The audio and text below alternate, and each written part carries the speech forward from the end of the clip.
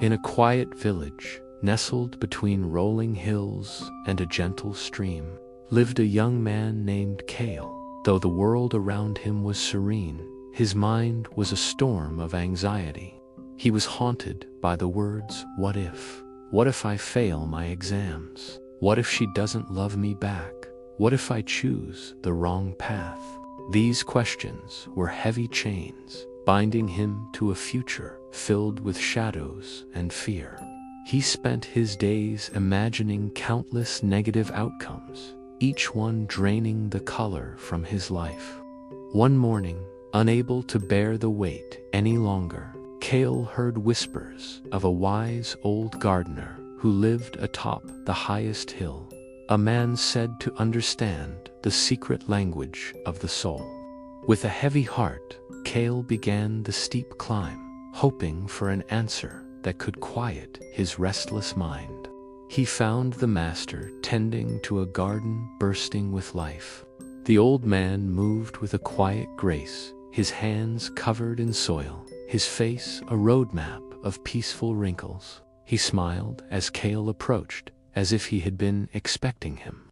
"You look troubled, young man," the master said, his voice as soft as the rustling leaves. "Your shoulders carry a weight I cannot see."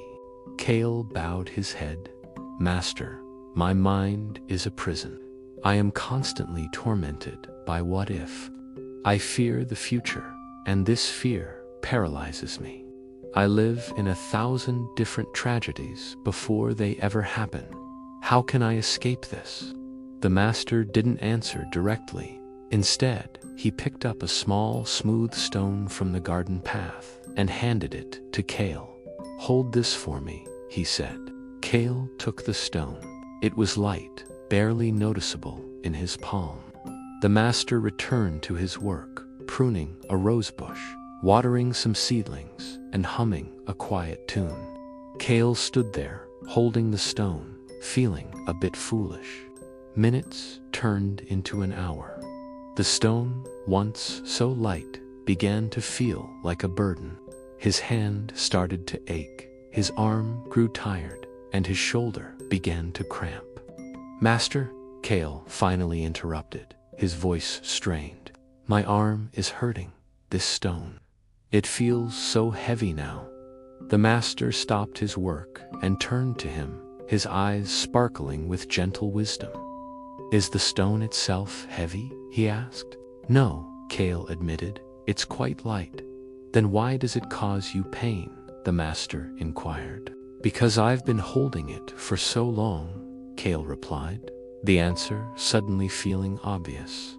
The master nodded slowly.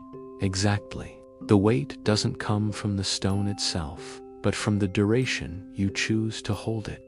Your what-if thoughts are just like this stone. Individually, a single worry is light, almost weightless. You can examine it, consider it, and then put it down." He walked closer to Kale, his gaze kind and direct. "But you, my boy, you don't put them down. You clutch them tightly, all day and all night.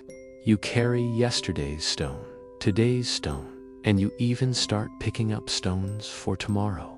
Your mind is not a prison. It is a hand that has forgotten how to let go." Kale stared at the stone in his palm, and then at the master. The simplicity of the metaphor struck him like a bolt of lightning. The pain in his arm was a physical echo of the mental anguish he had been causing himself. The what-ifs weren't powerful monsters. They were just small stones he was refusing to drop. A profound sense of release washed over him. He opened his hand, and the stone fell to the ground with a soft thud. Instantly, the tension in his arm vanished, replaced by a feeling of lightness. A genuine smile, the first in a long time, spread across his face. The storm in his mind began to quiet, leaving behind a clear, calm sky. He looked at the master, his eyes filled with gratitude. "I understand," he whispered. "The weight isn't in the worry, it's in the holding on." The master smiled, and placed a gentle hand on his shoulder. Go now, and walk with open hands. Attend to the path beneath your feet, not the imaginary mountains on the horizon. The present moment is the only thing you ever truly need to carry. Kale bowed deeply, feeling lighter than he had in years. As he walked back down the hill, he didn't worry about the path ahead. He simply felt the earth beneath his feet, listened to the bird song in the trees, and breathed in the fresh, clean air. He was finally free. Thank you so much for watching. If this story resonated with you, please consider liking this video and subscribing to the channel for more tales that touch the heart. We'd love to have you with us. Until next time, walk with peace.